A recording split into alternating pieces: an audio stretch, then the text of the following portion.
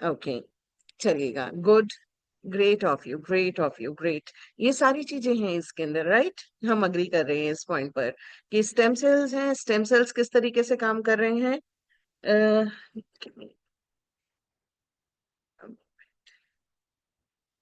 So dear friends, इसके अंदर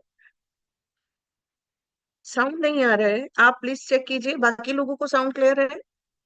sound clear है? अगर आपको आवाज क्लियर सुनाई दे रही साउंड है, क्लियर है ma'am. Great. All right, all right, thank you so much sir, somebody wrote it, तो आई जस्ट इंक्वायर्ड। ग्रेट दोस्तों, तो ये सारी चीजें इसके अंदर प्रेजेंट हैं। यहाँ पर आपने सारे कंपोनेंट्स को तो आप लोगों को याद है। बार्ले ग्रास का मिसिंग था, बार्ले ग्रास भी लिख दिया गया है। चलिएगा, अब मुझे एक चीज और बताइए कि इनके अंदर पाए जाने वाले जितने भी हमने अभी तक कंपोनेंट्स देखे हैं, कुछ कॉमन टर्म्स होती हैं जो हम रोजाना इस्तेमाल कर रहे होते हैं। वो कौन सी कॉमन टर्म्स हैं, वो कौन सी कॉमन चीजें हैं जो इसमें पाई जाती हैं, जिसके बारे में हम रोजाना बात करते हैं? मैं अपनी ही प्रेजेंटेशंस की बात कर रही हूँ। रात 9 बजे जो मैं प्रेजेंटेशंस लेती हूँ, उसमें मैं कुछ कॉमन टर्म्स यूज करती हूँ। हर बार स्लाइड आती है, हर बार स्लाइड आपके स्क्रीन पर होती है। ओके, रिजुवेनेशन प्रॉपर्टीज के बारे में बात करते हैं, ग्रेट। इसी तरीके से और बताइए, एंटीऑक्सीडेंट्स के बारे में बात करते हैं, आशु सिन्हा जी। बहुत सही। एंटीऑक्सीडेंट्स के बारे में बात करते हैं, फाइबर्स के बारे में बात करते हैं, सीताराम साहू जी। विटामिन डी, मनोरमा जी। ओके, सेल की ऊपर, सेल के ऊपर बात करते हैं, पवित्रा जी लिख रही है सेल के ऊपर बात करते हैं। ओके, पेन किलर्स के बारे में बात करते हैं, Aarti ji. Okay, pain killers के बारे में कब बात की गई? पता नहीं। Aarti, I am questionable, I am doubtful कि क्या लिखा आपने। इम्यूनिटी के बारे में बात करते हैं, परमिंदर जी बता रहे हैं। और किसके बारे में बात करते हैं? और थोड़ा सा सोचिए। कुछ ऐसी कॉमन टर्म्स हैं, रिप्लेस के बारे में, रिपेयर के बारे में, रीन्यू के बारे में। और कौन कौन सी ऐसी टर्म्स हैं? हेयर ग्रोथ के बारे में बात कर रहे होते हैं। ओके, रिपेयरिंग सेल्स के बारे में बात करते हैं, ग्रेट। रिजुवेनेशन के बारे में बात करते हैं, वाह। Diabetes, varicose, cellular, skin rejuvenation, amino acids. देखिए कितना वास्ट जा रहा है। Beauty, glowing skin, right? Okay, new cell creation. Okay, चलिए, अब मैं आपको ना यहाँ पर एक जनरल बात बताने जा रही हूँ। ये जो सेशन रहेगा, इसके मैं बेसिकली 3 छोटे छोटे हिस्से रखने वाली हूँ। पहले हिस्से के अंदर हम बात करने वाले हैं सिंपली कि जनरली आपने नोटिस किया होगा जब हम हर चीज में बोलते हैं oxidative stress and free radical formation, right? Oxidative stress, free radical formation, ये होते हैं दोनों टर्म्स, रोजाना बोले जाते हैं। हाँ है तो आप हैंड रेस कर सकते हैं, आप हैंड रेस करके बता सकते हैं। आप डिटॉक्सिफिकेशन के बारे में बताया आपने, राइट? हम लोग रोजाना बात कर रहे होते हैं कि किस तरीके से हमारी बॉडी के अंदर फ्री रेडिकल्स का प्रोडक्शन होता है, ऑक्सीडेटिव स्ट्रेस कॉज होती है, जिसकी वजह से हम बीमार पड़ते हैं। सबसे पहले रूट कॉज तो पता होना चाहिए ना आपको बीमारियों का। अगर हम आज की डेट में बीमार ज्यादा पड़ रहे हैं, जबकि फैसिलिटीज बढ़ गई हैं, अगर देखा जाए मेडिकल फैसिलिटीज पहले से कहीं ज्यादा हैं। इतना ज्यादा पहले कहीं होता था कि कोई छोटा सा बात है सर्जरी करा लो, इस तरीके से इतने कॉमन ऑपरेशंस होते थे। इतना कॉमन ऑपरेशंस नहीं हुआ करते थे, इतने कॉमन, इतनी ज्यादा हाईली इफेक्टिव मेडिसिन नहीं हुआ करती थी, इतनी पावरफुल मेडिसिन नहीं होती थी जितनी आज की डेट में हम ले रहे हैं। और इतने ज्यादा अ, अगर हम बात करें तो हम लोगों के अंदर अवेयरनेस जो है वो अब ज्यादा है। उसके बावजूद बीमारी और ज्यादा स्पीड पर बढ़ रही है। बीमारी का स्पीड जो है वो और ज्यादा हाई है। एग्री करते हैं तो मेरे को ए लिख के भेजिए, सिर्फ ए लिख के भेजिए। अगर आप मेरी इस बात से सहमत हैं तो ए लिख कर ड्रॉप कीजिए, ज्यादा बड़े बड़े वर्ड्स नहीं लिखना है, ए लिख दीजिए। अग्री करते हैं? देखिए सारे लोगों ने लिख के भेजा है ए, इसका मतलब अग्री कर रहे हैं, आप मेरी इस बात से सहमत हैं कि बीमारियां जो लेने का हमारा जो मतलब मेडिकल फैसिलिटीज बढ़ चुकी हैं, हमारे पास बहुत सारे ऑप्शंस हैं ट्रीटमेंट के, हमारे पास अवेयरनेस है, हम अलर्ट हैं पहले से। उसके बावजूद भी बीमारियां कंट्रोल नहीं आ रही हैं, बीमारियों की संख्या बढ़ती चली जा रही है। हमारी बॉडी में रोजाना प्रॉब्लम्स नई नई और नए नई तरीके की, सबसे बड़ी बात है जिनके बारे में पहले कभी सुना नहीं, ऐसी बीमारियां सुनने को मिलती हैं, ऐसी ऐसी चीजें सुनने को मिलती हैं।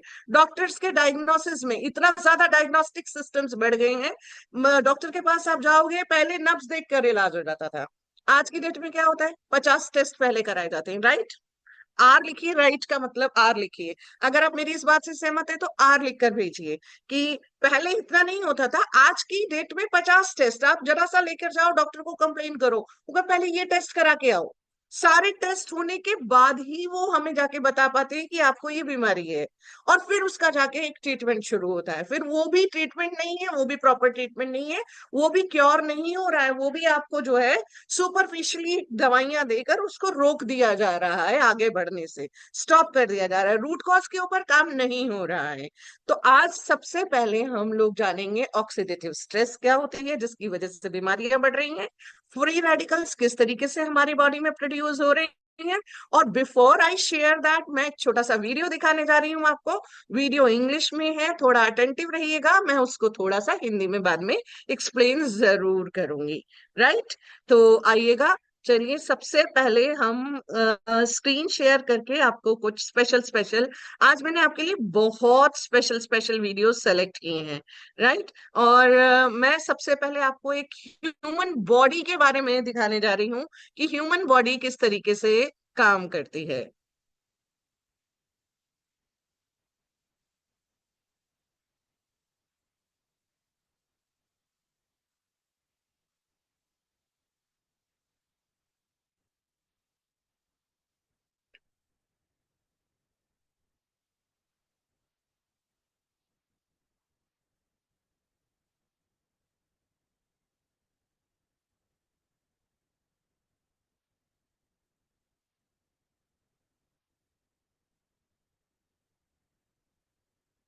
रचना, शक्तिशाली मांसपेशियां, सहायक कंकाल, महत्वपूर्ण परिसंचरण प्रणाली और जटिल तंत्रिका नेटवर्क सभी मिलकर काम करते हैं। हर जीवन के आंदोलन को शक्ति देते हैं, जो हमें हर दिन जीने की अनुमति देता है। मानव शरीर की जटिल संरचना, शक्तिशाली मांसपेशियां, सहायक कंकाल, महत्वपूर्ण परिसंचरण प्रणाली और जटिल तंत्रिका नेटवर्क सभी मिलकर काम करते हैं। हर जीवन के आंदोलन को शक्ति देते हैं, जो हमें हर दिन जीने की अनुमति देता है। मानव शरीर की जट देखा दोस्तों, ये एक बॉडी जो है, ये कितने सारे डिफरेंट सिस्टम से मिलकर बनी है। एक आपका पूरा का पूरा एक स्केलेटन अलग दिखाया है, एक नर्व सिस्टम अलग दिखाया है जिसमें पूरा का सिर्फ नर्व स्केलेटन है। पूरी बॉडी के अलग अलग पार्ट्स मिलकर कंपोज होकर किस तरीके से ये बॉडी बना रहे हैं, इसको एक बार फिर से गौर से देखिएगा, क्योंकि आज हम ना इनके बेसिक रूट कॉजेस के ऊपर काम करेंगे। रूट कॉजेस के ऊपर वर्क करेंगे, फिर हम अपने प्रोडक्ट के बारे में आएंगे, आपको प्रोडक्ट की अंडरस्टैंडिंग इजिली हो जाएगी। दिल संरचना, शक्तिशाली मांसपेशियां, सहायक कंकाल, महत्वपूर्ण परिसंचरण प्रणाली और जटिल तंत्रिका नेटवर्क सभी मिलकर काम करते हैं। हर जीवन के आंदोलन को शक्ति देते हैं, जो हमें हर दिन जीने की अनुमति देता है। मानव शरीर देखा आपने? Okay, give me a moment, मैं और स्क्रीन शेयर करके और कुछ चीजें आपसे शेयर करने जा रही हूँ। को शक्ति देते हैं, जो हमें हर दिन जीने की अनुमति। मानव शरीर की जटिल संरचना, शक्तिशाली मांसपेशियां second video is also similar kind, लेकिन ये थोड़ा सा डिफरेंट है। आप इसमें बॉडी के इंटरनली किस तरीके से हमारी स्किन की जो स्किन है, क्योंकि स्किन डिजीजेस के ऊपर इसके रिजल्ट्स बहुत इफेक्टिव हैं, तो स्किन की कितनी लेयरिंग्स हैं, स्किन किस तरीके से काम कर रही है, इसके ऊपर एक छोटा सा ग्लिम्स देखिए।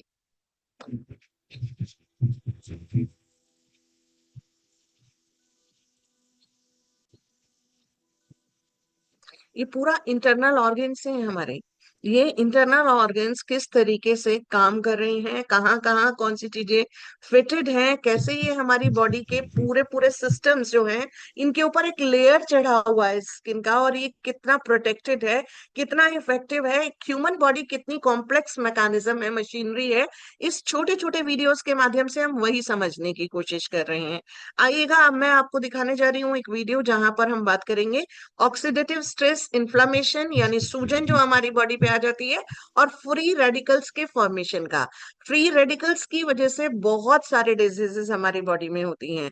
जितने भी आपका ये कैंसर है, हार्ट डिजीजेस हैं, आपका ब्रेन स्टॉर्म्स हैं, ब्लड से रिलेटेड प्रॉब्लम्स हैं, ये सारी की सारी प्रॉब्लम्स बॉडी में कॉज हो रही हैं आज की डेट में because of free radical formation और ऑक्सीडेटिव स्ट्रेस। क्या है ये ऑक्सीडेटिव स्ट्रेस, कैसे कॉज होती है, कैसे इसको हम एलिमिनेट कर पाएंगे, और क्यों हमारा प्रोडक्ट के अंदर जब हम बात करते हैं तो उस प्रोडक्ट में क्या ऐसा स्पेशल है, आप ही आंसर करेंगे। आज का जो ट्रेनिंग सेशन है ना, इसमें आंसरिंग आपके पास रहेगी। मैं सिर्फ आपको क्वेश्चंस क्वेश्चंस करूंगी, क्वेश्चंस के आंसर्स आपको खुद करने होंगे, तभी आपको आइडिया लगेगा कि कैसे हो रहा है। तो चलिएगा एक वीडियो देखते हैं जो बहुत इफेक्टिव है।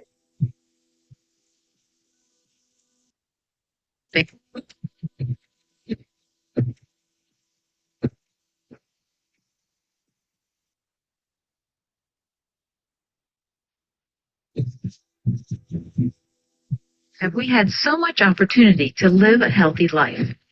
We have year-round access to advanced medical treatments, clean water, and fresh produce. However, our modern world has also exposed us to many harmful elements. Environmental toxins, processed foods, stress, and drugs all take a toll on the body. As a result, our bodies have been forced to deal with inflammation, free radical damage, and oxidative stress. In this lesson, we will discuss these factors and how they impact your health. We are all familiar with the inflammation that comes with a scrape on the knee. Inflammation is the body's natural reaction to something harmful or irritating. Within moments, the skin surrounding the scrape gets red, swollen, and painful. Inflammation serves a valuable purpose. It's an early and necessary step in the healing process. In the case of an accident or injury, it typically runs its course and all signs disappear within a few days. However, inflammation can occur inside the body. This type of inflammation can be chronic and systematic. For example, the linings of the blood vessels can become inflamed throughout the body. Chronic inflammatory processes like these may not present with any symptoms until damage has already been done. For instance, chronic inflammation of blood vessel linings is thought to be associated with an increased risk of plaque buildup. There are types of internal inflammation that can present symptoms. Ulcerative colitis and Crohn's disease are types of inflammatory bowel disease, which is often abbreviated to IBD. IBD is a chronic condition that is characterized by widespread inflammation of the digestive tract. Symptoms of IBD can be challenging to live with. They include abdominal pain and cramping, diarrhea, fever, and fatigue.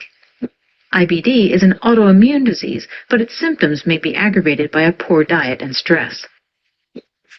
Many inflammation processes within the body are associated with an increase in the activity of free radicals. Free radicals are highly reactive molecules that are missing an electron. This missing electron makes the free radical unstable. They long to be stable again and go crazy inside the body searching for a spare electron to grab onto. As they bounce around your body, they damage surrounding cells. The spare electron is usually stolen from another molecule. That molecule then steals from another. This creates a chain reaction of free radical damage. There are many factors that can increase the production of free radicals. These include smoking, certain medications, radiation, metabolic processes, food additives, and physical or emotional stress. Antioxidants are molecules that donate electrons to free radicals. This calms the free radicals down, preventing further damage. Antioxidants can be obtained from foods and include vitamins C and E, as well as other micronutrients. If the body is unable to break the cascade of free radical damage, it can experience oxidative stress. Oxidative stress is defined as an imbalance between the production of free radicals and the available antioxidant defenses. It damages cell membranes, proteins, and DNA. In simpler terms, it's the collective damage sustained by the body due to the constant free radical activity. So if you think of free radicals as tornadoes, then oxidative stress would be the collective damage the town sustained from those tornado strikes. Let's review. In this lesson, we learned that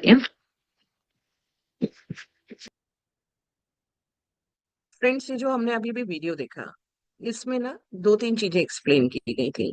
सबसे पहले कि सूजन सूजन जो हम देखते हैं कि चोट लगती है, तो चोट लगने पर क्या होता है कि कभी भी कोई घुटने से दिखाया था वहां पर कि घुटने पर एक चोट लगी, वहां पर रैशेस पड़े, छिला, छिलने की वजह से बॉडी ने वहां उसके ऊपर एक लेयरिंग बनाई, रैशेस बनाए, उसके ऊपर एक प्रोटेक्टिव लेयरिंग बनी।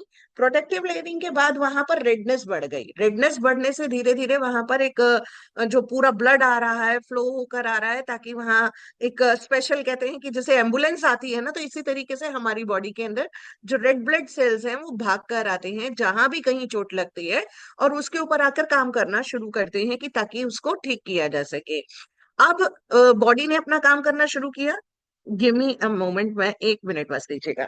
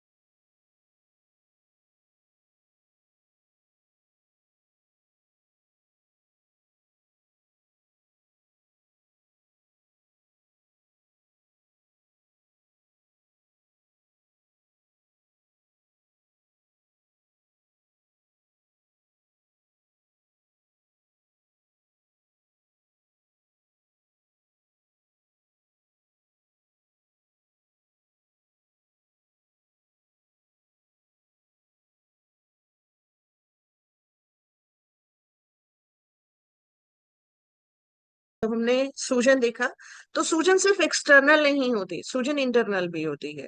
हमारी ब्लड की जो वेसल्स हैं उसके ऊपर भी सूजन होती है, हमारे इंटरनल ऑर्गन्स के ऊपर भी सूजन आ जाती है। और ये सूजन किस लिए आती है? क्योंकि ये सूजन जो है ना, देखिए, दो चीजें जो मैं आपको बताने जा रही हूँ। ना तो बुखार कोई बीमारी होती है, और ना ही सूजन कोई बीमारी है। ना तो सूजन कोई बीमारी है, ना ही बुखार कोई बीमारी है। ये दोनों सिम्टम्स हैं किस चीज के? कि हमारी बॉडी का कोई ना कोई इंटरनल ऑर्गन, कोई जो हमारी बॉडी में, उसके ऊपर कोई ना कोई इम्पैक्ट आया हुआ है, यानी वो सफर कर रहा है, वो परेशान है, वो तकलीफ में है। कोई ऑर्गन अगर तकलीफ में है, तो उसका एक रिफ्लेक्शन के तौर पर, उसकी जो प्रॉब्लम के तौर पर, वो बताता है कि बॉडी को कोई इंटरनल तकलीफ चल रही है, जो सूजन आ जाती है, और उसी की वजह से बुखार भी आता है। तो बुखार भी एक सिम्टम है। जब हमें बुखार आए तो ये समझना चाहिए कि इंटरनल या तो कोई ना कोई डाइजेस्टिव सिस्टम या रेस्पिरेटरी सिस्टम, आपने नोटिस किया होगा, गले से बुखार आ गया, ठंड से बुखार आ गया, गला पड़ गया, कानों में दर्द था, पेट खराब हुआ, बुखार हो गया, राइट, मलेरिया हुआ, कुछ हुआ, जहां कहीं भी हो रहा है, तो कोई ना कोई कारण है उसका। और वो जो कारण है पीछे, वो कारण क्या है? हमारी बॉडी के सिस्टम के अंदर कोई तकलीफ आई हुई है। तकलीफ आती है फ्री रेडिकल्स के फॉर्मेशन की वजह से। फ्री रेडिकल्स हमने अभी अभी देखा, एक ऐसा रेडिकल रहता है जो बहुत रिएक्टिव है, जो बहुत हाईली एनर्जेटिक है, क्योंकि उसके अंदर इलेक्ट्रॉन की कमी है।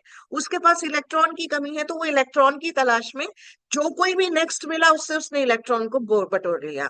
अब वो अगले को, अगले को, अगले को, इस तरीके से एक चेन रिएक्शन शुरू हो जाती है। और जब तक बहुत लंबे समय तक अगर हमारी बॉडी में एंटीऑक्सीडेंट्स की भरपाई ना हो रही हो, हमारे को बॉडी में एंटीऑक्सीडेंट्स ना भरपूर तरीके से मिल रहे हो, तो हमारी बॉडी में ऑक्सीडेटिव स्ट्रेस बनने लगती है। और ऑक्सीडेटिव स्ट्रेस की वजह से हमारे को इंटरनली बहुत सारी बीमारियां, जैसे कि हार्ट अटैक, जैसे कि आपका कैंसर, जैसे आपका ब्लड के सर्कुलेशन के अंदर प्रॉब्लम, आपकी स्किन की प्रॉब्लम्स होना, आपके ब्रेन के अंदर प्रॉब्लम होना, ये सारी की सारी प्रॉब्लम्स वहीं से जनरेट होती हैं और वहीं से आगे बढ़ रही होती हैं। इतना क्लियर है? क्लियर है तो सी लिख के भेजिए। इतना क्लियर है कि फ्री रेडिकल्स कैसे बन रहे हैं? फ्री रेडिकल्स ऑक्सीडेटिव स्ट्रेस को कॉज करते हैं, और ऑक्सीडेटिव स्ट्रेस की वजह से हम लोगों को यहाँ पर आगे और तकलीफें मिलती चली जाती हैं। तो ये सारा एक के पीछे एक, कहते हैं ये रिएक्शन होता है, जैसे केमिस्ट्री के अंदर एक रिएक्शन होता था कि एक चीज की शुरुआत हुई, एक के बाद एक एक्टिविटीज होती चली गई। तो इसी तरीके से ये सारी की सारी एक्टिविटीज एक के बाद एक होती चली जाती हैं जो प्रॉब्लम में आ रही हैं। अब आपने अभी अभी देखा कि एंटीऑक्सीडेंट्स अगर हमें चाहिए तो वो हमें मिलते हैं फ्रेश फ्रूट से, वो मिलते हैं हमें वेजिटेबल से।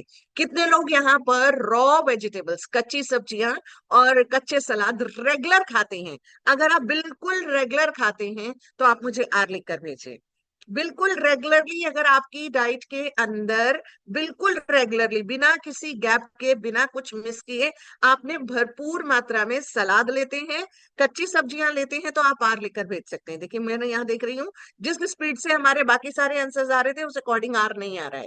यानी यहाँ पर बहुत ही कम लोग ऐसे हैं जो इस चीज का खास ख्याल रख पा रहे होते हैं। रॉ वेजिटेबल्स हम लोग नहीं ले रहे होते हैं। जनरली हमारी जो टेस्ट बड्स है ना इंडियंस की, वो हाईली डेवलप्ड है। हमें मसालेदार सब्जियां चाहिए, हमें चटपटा, अगर सब्जी भी बनाना है तो उसको भी प्रॉपर तरीके से फ्राई कर कर बनाना है। फूड्स अगर हमें खाने हैं, और कितने लोग यहाँ पर जंक फूड्स खाते हैं? जंक फूड्स खाते हैं, जे लिखकर भेजिए।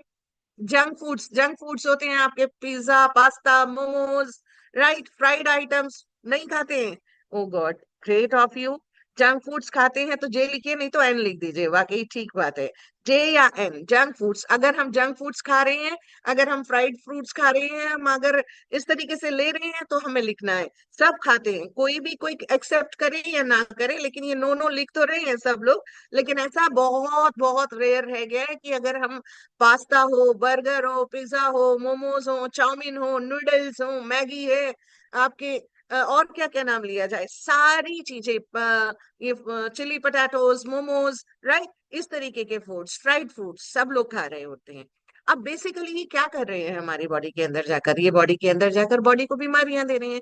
क्योंकि बॉडी को क्या क्या चाहिए? हमारी बॉडी को चाहिए 5 एलिमेंट्स जो एक परफेक्ट डाइट के अंदर रहते हैं। वो है vitamin, minerals, proteins, fats and carbohydrates. Carbohydrates मैंने लास्ट में रखा, और जबकि हम खाते पता है क्या है? हम रिवर्स करते हैं। हम सबसे ज्यादा खाते हैं कार्बोहाइड्रेट्स, उसके बाद हम लेते हैं फैट्स। विटामिन और मिनरल जिसको मैंने सबसे पहले लिखा, वो विटामिन और मिनरल्स तो हमारी गिनती में नहीं आते, क्योंकि वो हमें लगता है कि ये बॉडी को ऑटोमेटिकली मिल जाएंगे। दोस्तों हमारी बॉडी के अंदर ना तो विटामिन स्टोर होते हैं ना मिनरल्स स्टोर होते हैं। विटामिन और मिनरल्स का स्टोरेज नहीं है। कोई कोई मिनरल, जैसे हमारे को आयरन की रिक्वायरमेंट रहती है, आयरन हमारी बॉडी के अंदर रहता है, आयरन के हमारे बॉडी के अंदर बफरिंग होती है, राइट। लेकिन कुछ ऐसे हैं जैसे मैग्नीज है, स्ट्रोंशियम है, जैसे हमारे को कैल्शियम की डिपोजिशन हमारी बॉडी में है। लेकिन हमारे के अंदर पूरे विटामिन या पूरे मिनरल्स, हम सोचे विटामिन सी आज हमने खा लिया तो हमारी 1 हफ्ते की छुट्टी हो गई, नहीं हो पाएगा, नहीं हो पाएगा, सॉरी टू से, ऐसा नहीं होता है, राइट। अगर मैं अब पानी की बात कर लेती हूँ, क्योंकि पानी भी हमें अच्छा पानी मिल रहा है। देखिए एक सबसे बड़ी बात है कि पहले हम जब पानी पिया करते थे, हमें उतना इफेक्टिव पानी, हम लोगों को क्लीनलीनेस के ऊपर, उसके ऊपर, हाइजीन के ऊपर आज हम ज्यादा ध्यान देते हैं। लेकिन हम ज्यादा जब ध्यान देने लगते हैं ना, तो भी हमारा प्रॉब्लम्स बढ़ रही होती हैं। तो विटामिन्स नहीं मिल रहे हैं, मिनरल्स नहीं मिल रहे हैं, हमारे रेगुलर फूड से तो बिल्कुल नहीं मिल रहे हैं। अच्छा, कितने लोगों ने ये बात को सुना है, an apple a day keeps doctor away? An apple a day keeps doctor away. आप लोगों ने सुना है तो यस लिख कर भेजिए, वाई लिख कर भेजिए, यस लिख कर भेजिए कि an apple a day keeps doctor away. Yes, ठीक है। लेकिन हम क्या खा रहे हैं? एप्पल हम खाते हैं नंबर 1। और अगर हम एप्पल्स की बात कर रहे हैं, तो मैं सिर्फ एप्पल्स में से कुछ ऐसे विटामिन की बात बता सकती हूँ, कुछ ऐसे फ्लेवोनॉइड्स अगर हम बात करें, राइट, हम फ्लेवोनॉइड्स की बात करते हैं, लेकिन हमें फ्लेवोनॉइड्स के बारे में जानकारी नहीं है। मैं मेडिकल टर्म्स पर नहीं जाऊंगी, लेकिन इतना जरूर बताऊंगी कि एप्पल के अंदर 5 ऐसे प्रकार के तत्व पाए जाते हैं जो हमारी बॉडी में से फ्री रेडिकल्स को बनने की प्रोसेस को कम करते हैं, नंबर 1। नंबर 2, जब फ्री रेडिकल्स कम बनेंगे तो फ्री रेडिकल्स नहीं बनेंगे, तो फ्री रेडिकल्स हमारे को ऑक्सीडेटिव स्ट्रेस की ओर नहीं बढ़ पाएंगे। फ्री रेडिकल्स के बढ़ने की सबसे बड़ा समस्याएं मैं आपको बता देती हूँ किन किन कारणों से बनते हैं। वो बनते हैं हमारी बॉडी में, नंबर 1, स्मोकिंग। जो लोग स्मोकिंग कर रहे हैं उनकी बॉडी में फ्री रेडिकल्स ज्यादा बनते हैं, और या फिर वो स्मोकिंग वाले एनवायरनमेंट में रहते हैं। जरूरी नहीं है कि हम एक्टिव स्मोकर हैं तभी हम स्मोकर हैं। अगर हम किसी ऐसे पर्सन के साथ रहते हैं जो दिन भर में 4-5 बीड़ी सिगरेट पी लेता है, 5-7 तो कॉमन है आज की डेट में, तो उनके साथ रहने पर एक आध आपके अंदर भी जा ही रही है ऑटोमेटिकली। दिल्ली एनसीआर में है, आप मेट्रोपॉलिटन सिटीज में है, तो आप भूल जाइए, पॉल्यूशन आपके सराउंडिंग्स में इतना भरा पड़ा है कि आपकी लंग्स ऑटोमेटिकली वो सारी चीजें ले रही हैं। तो ये सारे कॉजेज हमारे जो स्मोकिंग हुआ, हमारे को जो पॉल्यूशन की वजह से हो रहा है, हमारा अल्ट्रा वायलेट रेडिएशन, अब हम इसको हम नहीं रोक सकते, क्योंकि सनलाइट में हम अपने आप को निकलने से रोक नहीं सकते, और अल्ट्रा वायलेट रेडिएशंस के प्रोटेक्शन लेयर जो है वो खत्म होती जा रही है, तो अल्ट्रा वायलेट रेडिएशन ज्यादा आ रही है। अगर मैं आपसे स्किन केयर के बारे में बात करूं, कितने लोग यहाँ पर ऐसे हैं जो बिना सनस्क्रीन लगाए घर से बाहर नहीं निकलते हैं? ऐसा नहीं होता, राइट? सनस्क्रीन हम लोग नहीं लगा रहे होते, तो ऐसे केस में क्या हो रहा है, हमारी बॉडी जो है, हमारी स्किन जो है, वो फुल एक्सपोज्ड हो जाती है अल्ट्रा वायलेट रेडिएशन से, जिसकी वजह से काम प्रॉब्लम में आते हैं। तो अब इनका सोल्यूशन क्या है? सोल्यूशन लिख के भेजिए मुझे। इस सब समस्याओं का समाधान है क्या? राइट? इन सब समस्याओं का समाधान आपके अकॉर्डिंग क्या है? समाधान, समाधान लिख कर भेजिए। आप मुझे आंसर लिख के भेजिए, इन सब प्रॉब्लम्स का सोल्यूशन क्या है? रीना जी लिख रही हैं cure cell, great great, okay. N Y मैं नहीं समझ पाई, नहीं समझ पाई एन वाई। सैयद जी, आप, साजिद जी दोबारा लिख के भेजिए। विपिन जी लिख रहे हैं क्योर सेल है, देवेंद्र जी लिख रहे हैं cure cell, cure cell, okay, cure cell इसका सबका समाधान है, राइट? समाधान केवल क्योर सेल है, न्यूट्रिशन है, क्योर सेल है और न्यूट्रिशन है, great. Cure cell, new young, nutrition, ये सारे हमारे आंसर्स आने शुरू हो गए हैं। न्यू यंग तो क्या, न्यू यंग का क्योर सेल इसका समाधान है, डेफिनेटली है। क्योर सेल क्यों समाधान है? क्योंकि इसके अंदर एक ऐसा एलिमेंट है, एक ऐसा तत्व मौजूद है जो बेहद इफेक्टिव है। बताइए कौन सा तत्व, हमारा जो क्योर सेल है इसके अंदर ऐसी कौन सी चीज पाई जाती है जो सबसे ज्यादा इफेक्टिव है, सबसे ज्यादा इफेक्टिव है, राइट? क्योर सेल में क्या है ऐसा? ओके, प्रवीण जी लिख रहे हैं प्रिकॉशन, प्रिकॉशन नहीं समझ में आया। Apple stem cell, green apple, cure cell, stem cell, apple stem cell, right? Cure cell के अंदर जो पाया जाता है सर, फ्रेंड्स, वो है stem cell, right? Stem cell, stem cell की वजह से ये प्रोडक्ट सबसे कामयाब, सबसे शानदार, सबसे बेहतरीन है। Omega 369 पवित्रा जी और जगह भी मिलेगा, लेकिन स्टेम सेल आपको नहीं मिलेगा। पवित्रा जी सबसे ज्यादा बेहतरीन है, वो स्टेम सेल है, राइट?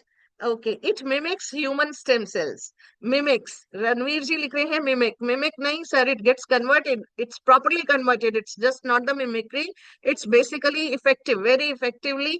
तो green apple, apple stem cell, apple stem cell.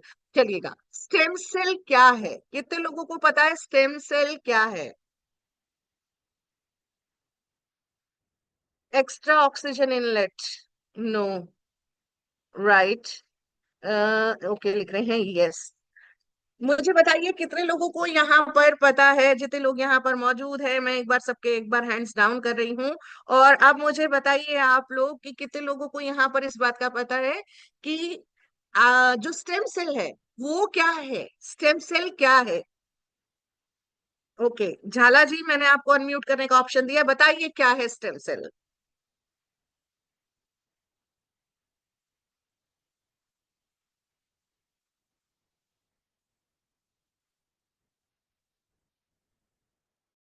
नहीं बताना चाहते? ओके, नरेंद्र जी लिख रहे हैं stem cells are unique cells in the body with the remarkable ability to develop into various specialised cell types as muscle cells, brain cells, blood cells, okay, देखिए, great great Narendra ji, perfect answer, perfect answer Narendra ji का answer.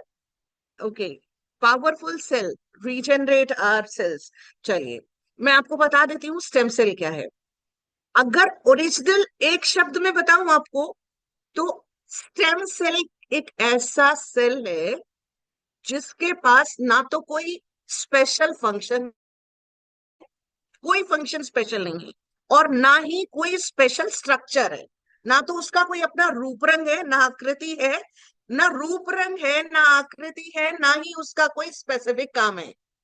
भाई, ये क्या बात हुई? ये कौन से शब्द हुए स्टेम सेल को डिफाइन करने के, कि जिसके पास ना तो अपना रूप रंग है, ना अपनी आकृति है, ना अपनी कोई संरचना है, ना ही उसके अपना कोई स्पेसिफिक फंक्शन है। फिर ये स्टेम सेल इतना पावरफुल कैसे हो सकता है? राइट, बहुत बड़ा क्वेश्चन है ये। तो मैं आपको बताती हूँ, स्टेम सेल के अंदर एक बेहद खास क्वालिटी है। पता है क्या क्वालिटी है?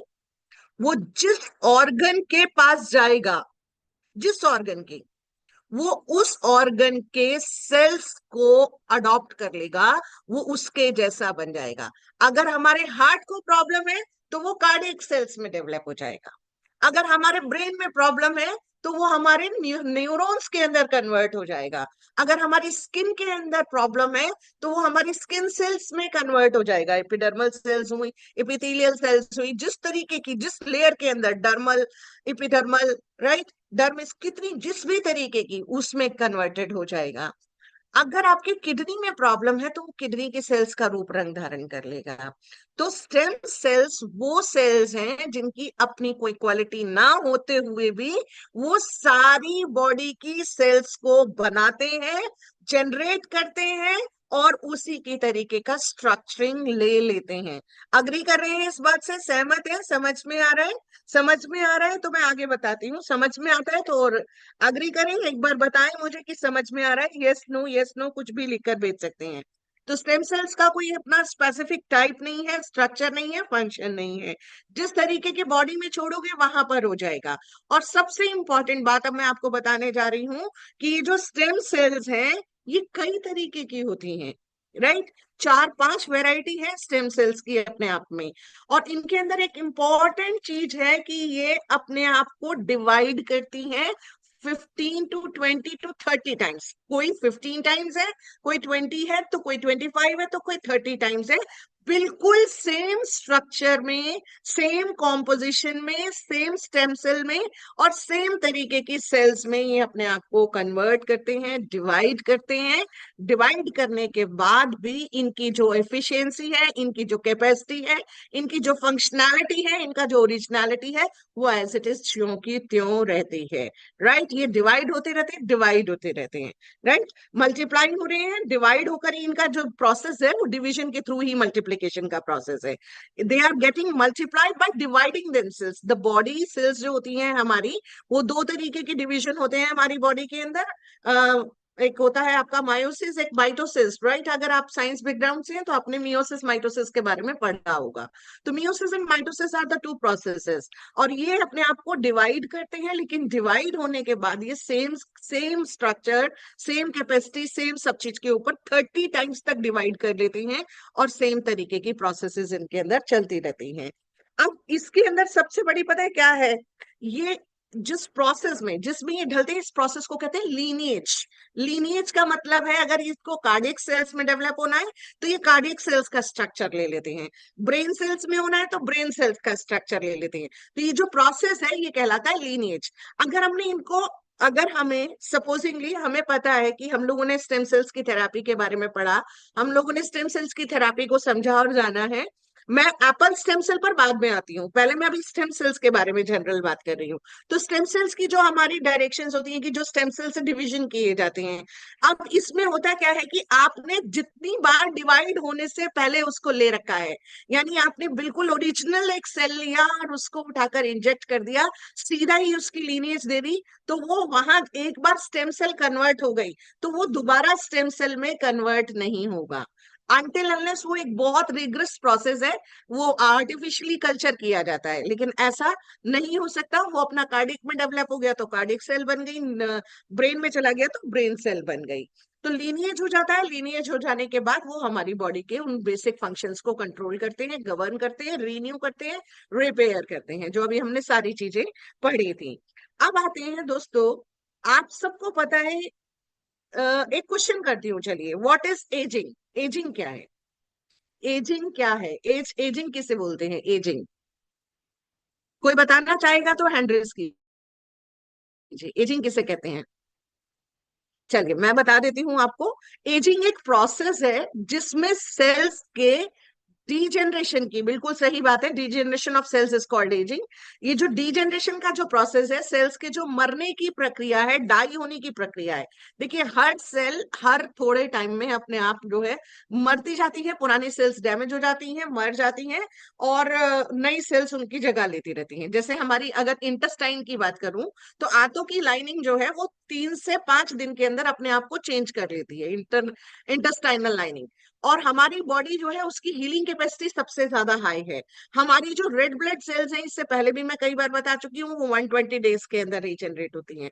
तो कोई भी बीमारी को अगर आपको जड़ से खत्म करना है, तो आपको कम से कम क्योर सेल को 150 डेज लेना चाहिए मिनिमम। 150 डेज अगर हम चाहते हैं कि हमारी बॉडी में से ये पूरी तरीके से एलिमिनेट हो जाए, खत्म हो जाए।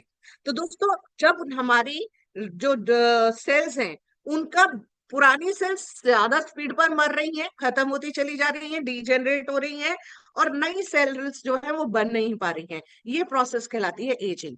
एजिंग का ये जरूरी नहीं है कि वो एज जैसे जैसे बढ़ेगी हमारी, तभी वो एजिंग बढ़ेगी। अगर हम देखें कि एक जनरल ह्यूमन बॉडी, अगर हम ह्यूमन बॉडी की बात करें, ह्यूमंस की बात करें, तो नॉर्मल एज जो है वो 80 साल है। तो हम कहते हैं कि 60 के बाद बुढ़ापा आ गया। कई लोग 50 के बाद अशक्त महसूस करते हैं, कई लोग 45 के बाद अशक्त महसूस करते हैं। और अब यंग जनरेशन जो है वो तो अभी 35-40 की एज में भी उनके पास वो कैपेसिटी, वो अंडरस्टैंड, वो स्टेमिना बचा ही नहीं है कि वो अपने आप को एक्टिवेट रख सके। अग्री कर रहे हैं मेरे साथ? इस बात से सहमत है ना, कि जो हम कहते तो हैं कि हमारी जो नई जनरेशन है, इनके अंदर दमखम कहाँ है ना? दमखम नहीं बचा, इनके अंदर स्टेमिना नहीं है। एक्चुअल में क्या है कि उनकी बॉडी के अंदर एजिंग की प्रक्रिया तेजी से हो रही है, और इसीलिए आज की डेट में लोग सप्लीमेंट्स की डायरेक्शन में बढ़ रहे हैं। लोग वाइटामिन की गोलियां खा रहे होते हैं, मल्टीविटामिन ले रहे हैं, लोग प्रोटीन ले रहे हैं। अच्छा, एक्चुअली क्या है, सबसे इंपॉर्टेंट चीज क्या है कि हम ना बिना सोचे समझे लेना शुरू कर देते हैं। ये सबसे बड़ी बात है, एक दूसरे के इन्फ्लुएंस में आकर लेना शुरू कर देते हैं। कई लोग ने, अभी मैंने आज, हम लोग एक और अपनी इस पूरी मीटिंग में जब हम बात करते हैं, तो हम कोलेजन प्रोडक्शन के ऊपर बात करते हैं। आज की मीटिंग में मैं कोलेजन के ऊपर बात नहीं करूंगी, लेकिन कोलेजन एक बहुत इंपॉर्टेंट टॉपिक है, जिसकी वजह से बहुत सारी चीजें डेवलप भी हो रही हैं, उसका रेजोल्यूशन भी है, उनका समाधान भी, और प्रॉब्लम्स भी कॉज हो रही हैं। लेकिन आज हम कोलेजन पर बात नहीं करेंगे। हम अभी बात कर रहे थे एजिंग के ऊपर, वापस आते हैं। एजिंग के अंदर क्या है? एजिंग दिमाग की भी होती है। दिमाग के अंदर जो फैट का इकट्ठा होना, अब लोग कहते हैं दिमाग में फैट कहाँ से जाएगा? दिमाग में फैट जो है वो वाइट मैटर के रूप में डिपॉजिट होता है। हमारे जो दिमाग की सेल्स है, उनके अंदर दो हिस्से होते हैं, white matter and grey matter. White matter and grey matter, इसीलिए आप लोगों ने देखा होगा, जो पुराने लोग जो बूढ़े हो जाते हैं, उनके अंदर याददाश्त कम हो रही है, क्योंकि व्हाइट मैटर का प्रेजेंस बढ़ गया है। और जहां जहां फैट्स बढ़ेंगे, वहां वहां पर जो दूसरा ओरिजिनल मैटर है, जैसे ब्रेन है तो ब्रेन में ग्रे मैटर कम हो गया। हमारी बॉडी है, किडनी के अंदर फंक्शनैलिटी खत्म हो गई। हार्ट है, हार्ट के अंदर भी हमारे जो जमा हो जाते हैं फैट्स, जिसकी वजह से हार्ट अटैक्स वगैरह होते हैं। तो ये जो मैटर का डिपोजिशन हो रहा है, स्टेम सेल्स इस मैटर के डिपोजिशन को कम करती है, और स्टेम सेल्स उनके अंदर से वो लेयरिंग को हटाने में, उसको फिल्टर करने में हेल्प करती है। इसीलिए स्टेम सेल्स रिजुविनेशन का काम करती है, रिवाइव करती है, रीन्यू करती है। देखिए हमने 2-3 चीजें स्टेम सेल्स के बारे में पढ़ी हैं। स्टेम सेल्स हमारी बॉडी को रिपेयर करेगी, रीन्यू करेगी, और नई सेल्स जो होंगी, वो जो बन रही होंगी, वो हाईली इफेक्टिव सेल्स बन रही होती हैं। अग्री करते हैं मेरे साथ? वीडियोस ऑन कर सकते हैं आप लोग। आप लोगों ने आज वीडियोस ऑन नहीं कर रखे हैं, मैं देख पा रही हूँ कि बहुत ही कम लोग आज तो वीडियोस ऑन करके बैठे हैं, शायद क्या कहा जा सकता है, राइट? आपकी स्माइल्स मिस कर रही हूं मैं। तो दोस्तों हम लोग यहाँ पर स्टडी देखिए, अभी तो अच्छा लग रहा है, अभी तो अच्छा लग रहा है कि हम किसी से बात कर रहे हैं, राइट। अभी तक मुझे लग रहा था कि शायद मैं अकेले ही अकेले बोले चले जा रही हूँ, जैसे रूटीन मीटिंग में तो मैं भी अपना वीडियो ऑफ करने वाली थी। रूटीन मीटिंग होती है तो रूटीन मीटिंग में मैं भी तो ऐसे ही करती हूँ ना, रोजाना आती हूँ, रोजाना वही सेम मीटिंग्स, वही सेम तरीका, वही सेम पूरा का पूरा प्रोसेस। चलिए दोस्तों, हम लोग अब स्टेम सेल से रिलेटेड एक वीडियो देखने जा रहे हैं। We are going to watch one video जिसमें स्टेम सेल्स किस तरीके से काम करेंगे। ये जो हम लोग रूटीन में करते हैं ये वैसा वाला वीडियो नहीं है, अगेन एक इंग्लिश वीडियो है, इसके पीछे मैं फिर से हिंदी में इसको एक्सप्लेन कर दूंगी आप लोगों को अच्छे से। वो 5 मिनट का वीडियो बहुत इफेक्टिव वीडियो है, इसको देखिए और समझिएगा कि स्टेम सेल्स कैसे हमारी बॉडी में हेल्प कर रही हैं हमारी बॉडी को रीन्यू करने के लिए, right.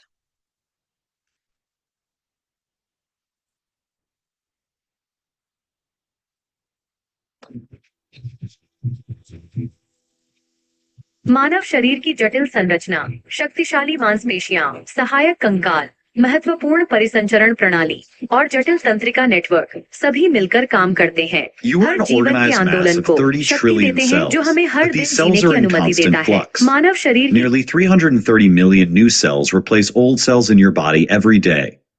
Your intestinal lining renews itself every 3 to 5 days. Red blood You are an organized mass of 30 trillion cells, but these cells are in constant flux. Nearly 330 million new cells replace old cells in your body every day. Your intestinal lining renews itself every 3 to 5 days.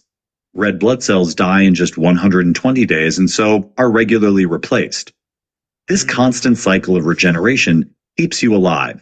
Your skin remains intact, your blood flows uninterrupted, and your gut stands resilient in the face of harsh acids. None of this would be possible without a group of supercells in your body called stem cells. Over the last 50 years, we've uncovered some truly epic science surrounding these stem cells. Their regenerative abilities have brought them into focus as therapies for diseases, especially those of the blood. So, what are stem cells? How do they function? And how are they responsible for your existence, growth, and maintenance? Stem cells have two unique abilities that define them. Firstly, they can self-renew to create more stem cells, and secondly, they can differentiate into many different types of cells.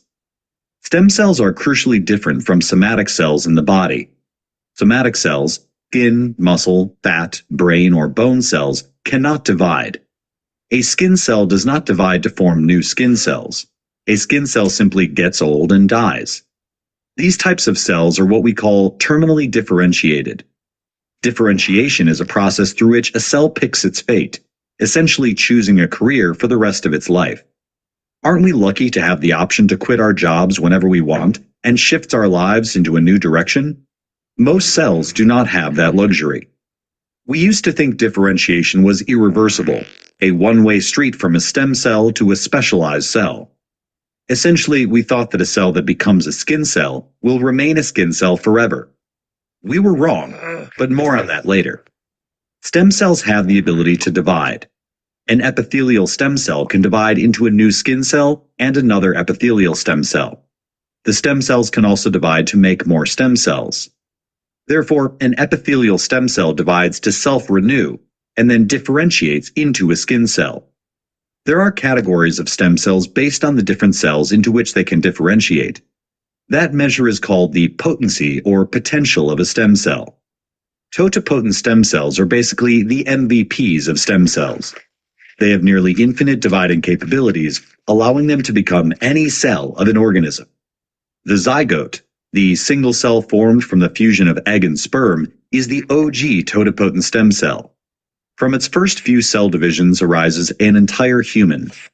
You stand today as an organized and systematic mass of trillions of cells arising from a single zygote. If you had to guess, how many cell types do you think an adult human has? Tell us in the comments below. There are also pluripotent stem cells to consider. Pluripotent stem cells are slightly more restricted than a zygote and can form almost all cell types. Embryonic stem cells, or ESCs, are a type of pluripotent stem cell that arise when the zygote divides to form a mass of cells called a blastocyst. When you restrict the fate of stem cells even further, They are called multipotent stem cells. These cells can differentiate into many different kinds of cells of a specific type.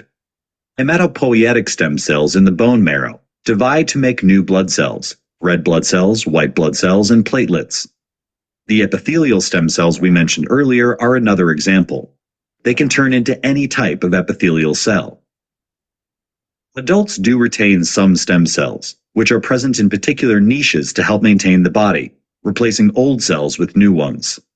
They can be multipotent stem cells, such as hematopoietic stem cells, or unipotent stem cells. Unipotent stem cells can only differentiate into one type of cell, meaning that a muscle stem cell can only differentiate into a muscle cell. This raises an interesting question. All cells have the same DNA, so how are some cells stem cells and others not? And as mentioned earlier, cell differentiation was assumed to be irreversible, but is that really true? Yes, cells all have the same DNA, but not all cells express all the genes. Genes are small sections of information in the DNA. Our more detailed video on DNA explains how the molecule works within a cell. Click the link in the top right corner to learn more. In brief, proteins in the cell read the information in a gene and convert that information into proteins the cell needs. The genes that are turned into proteins are the genes that are expressed. The cells switch off certain genes and are therefore not turned into proteins. We say that those genes are not expressed. Thus, a skin cell will only express genes such as the gene for keratin, while a muscle cell won't express that gene at all. In stem cells, this change in gene expression hasn't happened yet, and only occurs when the stem cell specializes. In 2006, researchers Shinya Yamanaka and Kazutoshi Takahashi did something researchers once thought impossible. They managed to convert a skin cell back into a pluripotent stem cell. They discovered 4 genes that controlled. So friends, I think ये यहीं तक video जो था वो बहुत effective और काम का था, क्योंकि इससे आगे का वीडियो थोड़ा अलग डायरेक्शन में जा रहा है, राइट? तो हम वापस आते हैं, समझते हैं। अभी जो हम लोगों ने वीडियो देखा, इस वीडियो के अंदर एक बहुत इंपॉर्टेंट बात को समझाया गया कि स्टेम सेल्स जो हैं वो तो अपने आप को कन्वर्ट कर रहे हैं, मसल स्टेम सेल्स अलग रहती हैं। आपने अभी अभी नोटिस किया होगा कि हर इंटेस्टाइनल स्टेम सेल्स अलग हैं। अब इंटेस्टाइनल स्टेम सेल से इंटेस्टाइनल स्टेम सेल्स डेवलप हो सकती हैं, मसल स्टेम सेल से muscle stem cells further develop हो सकती हैं, लेकिन जो बेसिक स्टेम सेल था जिससे सारी सेल्स डेवलप हो सकती हैं, वो हमारी बॉडी के अंदर एम्ब्रियोनल कॉर्ड के अंदर प्रिजर्व रहता है।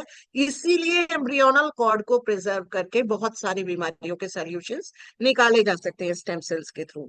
अब आता है क्वेश्चन कि क्योर सेल जो है वो इतना इम्पैक्टफुल या इतना इम्प्रेसिव क्यों है? क्योंकि इसके अंदर प्रेजेंट, पता है क्या है? इसके अंदर प्रेजेंट है apple, right? Apple stem cell, red grape stem sales.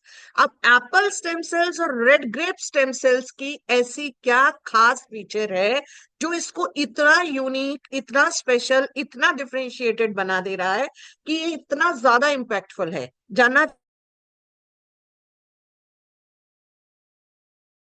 Speciality है जो कि इतना डिफरेंशिएटेड है कि ये हमारी बॉडी में पाए जाने वाले जो नेचुरल एम्ब्रियोनिकल कॉर्ड के अंदर स्टेम सेल्स हैं उससे भी ज्यादा इम्पैक्टफुल है, क्योंकि ये हमारी बॉडी में हर तरीके की सेल ग्रोथ को बना सकता है, रिन्यू कर सकता है, रिवाइव कर सकता है, रिपेयर कर सकता है, ऑर्गेनाइज कर सकता है। तो दोस्तों, इसके लिए मैं आपको बताना चाहती हूँ, एक नॉर्मल एप्पल और एक जो अपना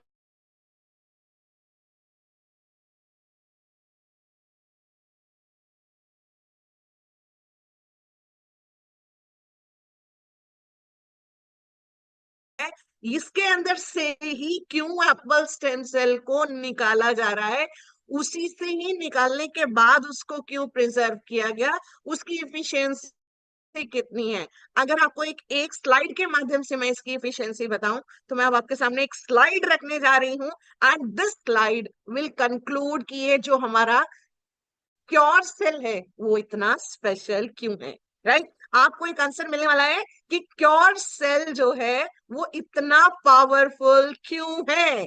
इसका कारण है ये आपके सामने एक रिसर्च बेस्ड स्लाइड है। जितनी भी मैंने आपको वीडियोस दिखाई हैं, ये सारी की सारी डॉक्टर्स की सारी वीडियोस जो हैं, ये बिल्कुल ऑथेंटिक वीडियोस हैं और ये बहुत पावरफुल वीडियोस हैं। राइट, अभी आइएगा, मैं आपके सामने एक स्क्रीन पर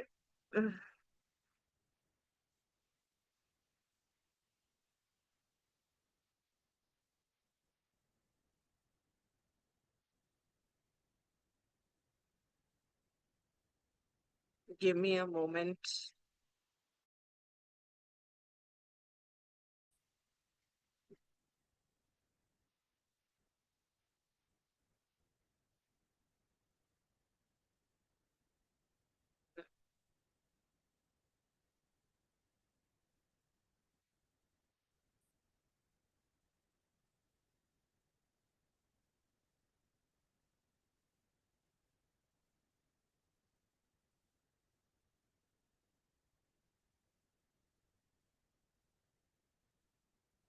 दोस्तों आई मिस दैट, क्योंकि ये जो मेरा अभी सिस्टम शट डाउन हुआ था ना, उसमें ये कैनवा ने मेरा वो जो डिजाइन मैंने करके रखी थी वो वापस ले लिया है, और मैं अपने टेम्पलेट पर नहीं जा पा रही हूँ।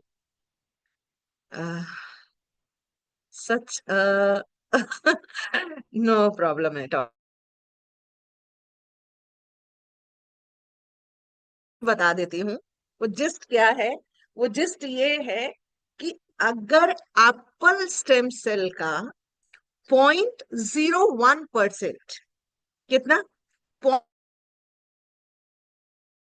100वां हिस्सा हमारी बॉडी के अंदर इंट्रोड्यूस होता है, तो वो हमारी बॉडी में 80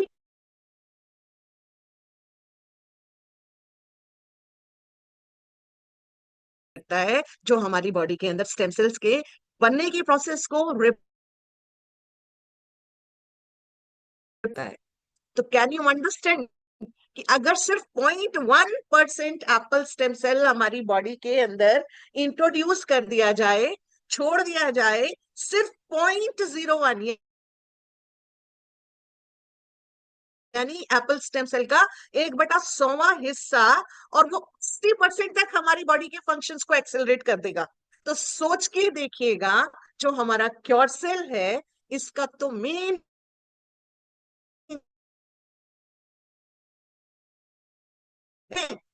राइट और रॉन्ग, राइट और रॉन्ग, लिख के भेजिए, लिख के बताइए मुझे। R R, right right, wrong लिखना चाहते हैं तो डब्ल्यू लिख सकते हैं। चाहिए, I just want to know कि यस ये ट्रू है नहीं है। हमारी जो क्योर सेल है वो तो बना ही एप्पल स्टेम सेल से। मैं आपको ये सारे वीडियोस के लिंक शेयर कर दूंगी। चाहते हैं, ऑथेंटिसिटी ऑफ इंफॉर्मेशन को चेक करना चाहते हैं, अगर आप इस पूरी इंफॉर्मेशन को खुद से एक्सेस करके खुद से अपनी किसी चीज को रिसर्च में लाना चाहते हैं, डेवलप करना चाहते हैं, तो I will share these things with you. But my dear friends, this is absolutely right कि जो क्योर सेल है, इसके अंदर जो एप्पल स्टेम सेल है, वो हमारी बॉडी के अंदर 200 से ज्यादा बीमारियों को कंट्रोल करने के लिए, सिर्फ लास्ट के 2 मिनट्स 3 मिनट्स आपसे और लेना चाहूंगी, क्योंकि मैं बताना चाहती हूँ एक और टर्म को, और इस टर्म का नाम है fortification, fortified, loaded, fully loaded, overloaded जिसे कह सकते हैं, एक्स्ट्रा लोडेड कहते हैं। जब आप चीज वो खाते हैं ना, पिज्जा, कितने लोगों को जब पिज्जा खाने जाते हैं तो एक्स्ट्रा चीजी पिज्जा ऑर्डर करना पसंद है, लोडेड विद एक्स्ट्रा चीज, ऊपर से एक्स्ट्रा एक्स्ट्रा चीज लगाकर, टॉपिंग्स लगाकर।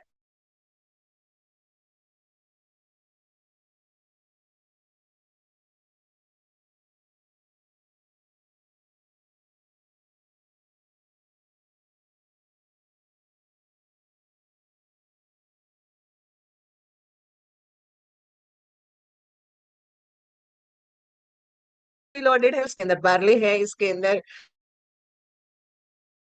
ये सारे देखिए, जब हम एक एक पीपीटी के हम स्लाइड्स के थ्रू चलते हैं, तुम पर स्टेम सेल रोल देखोगे, ऑक्सीडेटिव स्ट्रेस, अल्ट्रावायलेट रेडिएशन से प्रोटेक्शन, और आपको वो आपको एंटी एजिंग प्रॉपर्टीज रखता है। राइट।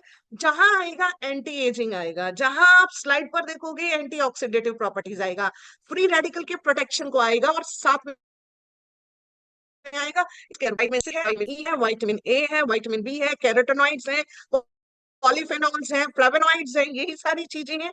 दोस्तों एक्चुअल में हमारी बॉडी को यही सारी चीजें चाहिए होती हैं, और इसीलिए ये स्टेम सेल्स की जो एफिशिएंसी है वो 100% तक पहुंच जाए। 80% तो खुद से सेल्फ सफिशिएंट है, उसको 100% तक एनहेंस करना चाहते हैं, तो के लिए उसके अंदर बार्ली ग्रास, उसके अंदर रेड बेरीज, अकाई बेरीज, उसके अंदर जूसेस, उसके अंदर एक्सट्रैक्ट्स, उसके अंदर क्लोरोफिल, ये सब ऐड किया गया है ताकि हमारी बॉडी से फ्री रेडिकल के प्रोडक्शन को कम किया जा सके, ऑक्सीडेटिव स्ट्रेस को दूर किया जा सके, हमारी बॉडी के अंदर जो नए सेल्स बन रहे हैं वो बेहतरीन तरीके के बने, और हमारी बॉडी को प्रॉपर विटामिन्स और न्यूट्रिशन की कमी ना रहे, ताकि हमारी बॉडी इससे सही हो सके। और दोस्तों एक इम्यून सिस्टम ही आपका आपको से बचा सकता है, nothing else can make you better. कोई और चीज आपको अच्छा कर ही नहीं सकती। डॉक्टर के द्वारा दी जाने वाली सारी बीमारियां, सिर्फ वो सारी दवाइयां बीमारियों के जो सिम्टम्स होती है ना उनको सप्रेस करने के काम आती हैं, उनको रोक रही होती हैं, उनको प्रिवेंट कर रही होती हैं, उनको एलिमिनेट नहीं करती। एलिमिनेशन आपने सुना होगा कि वो हमारा इम्यून सिस्टम ही कर रहा होता है। और मैं हमेशा से कहती हूँ कि humans are high qualities of animals, वो एनिमल्स की हायर कैटेगरीज हैं। तो दोस्तों यहाँ पर इम्यून सिस्टम को स्ट्रेंथन करने के लिए फुल्ली फोर्टिफाइड वाइड का भरपूर तरीके से इस्तेमाल कीजिए, और कोई भी क्वेश्चन हो तो आप लोग कभी भी कर सकते हैं। लेकिन आज के सेशन में बस इतना ही। Thank you so much for your kind attention. आप लोग अटेंटिव रहे, स्माइलिंग रहे, पूरे में पार्टिसिपेट किया आप लोगों ने, आपका दिल से धन्यवाद। Thank you so much everyone, and over to you Jolly sir.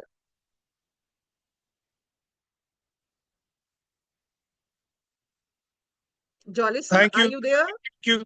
Thank you ma'am, thank you, बहुत बहुत धन्यवाद। मैं बहुत ही देखिए बहुत क्रिटिकल जगह में खड़ा हूँ और पूरी मीटिंग मैंने सुनी है, खाली प्रोडक्ट देख रहा था और चीजें समझ रहा था। मैम ये मीटिंग मुझे लगता है कि काफी लोगों को इसका बेनिफिट मिलेगा, और आने वाले टाइम में इसका बहुत ज्यादा बेनिफिट लोग उठा सकते हैं। थैंक यू मैम, आपने एक बहुत बड़ा प्रयास किया, और ये प्रयास होते रहना चाहिए, आपका साथ चाहिए। हेलो।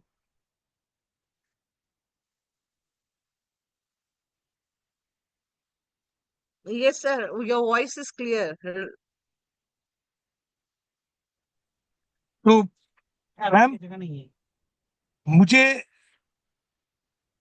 एक चीज से बहुत अच्छी लगी इसके अंदर कि आपने सिर्फ प्रोडक्ट नहीं बताया, ये बीमारी होती कैसे है, कैसे इसके अंदर इतने सारी प्रॉब्लम्स आ जाती है मानव शरीर में, ये जो चीजें बताई है ना, ये इसका फायदा बहुत लंबा जाने वाला है। प्रोडक्ट के बारे में तो हर कंपनी बता देती है कि ऐसे प्रोडक्ट है, ऐसे प्रोडक्ट है, लेकिन ये प्रोडक्ट हमारे शरीर पर कैसे आने वाले टाइम में रिजल्ट देगा, इसका बहुत बड़ा इफेक्ट आएगा। इसके लिए आपका बहुत बहुत धन्यवाद, कोटि कोटि नमन आपको। और ये मीटिंग हमारे लोग कह रहे हैं, thank you ma'am for regarding about knowledge, और लोग ये भी कह रहे हैं कि नेक्स्ट मीटिंग कब है। तो ये सिलसिला हमारा चलता रहेगा। और क्या सिलसिला चलता रहेगा दोस्तों? मैं एक बार हैंड रेस करवा कर देख लूं, क्या ये सिलसिला चलता रहना चाहिए? Okay okay okay okay, good good good good good, बढ़ते जा रहे हैं। क्या ये यस यस यस, लोगों ने यस कर कर कह दिया। तो मैम थैंक यू, आपका बहुत बहुत धन्यवाद। आपका आपकी इसी ब्लेसिंग के साथ लोगों की लाइफ में बहुत बड़ा बदलाव आ जाएगा, और लोग काफी आगे बढ़ेंगे, काफी चेंजेस आएगा, इसमें आपका बहुत बड़ा हाथ होगा। थैंक यू मैम आपका, और आशा करता हूं कि अगली बार हम लोग और भी आगे आगे आगे और बहुत कुछ सीखेंगे मैम से। थैंक यू मैम, आपका जितना भी धन्यवाद किया जाए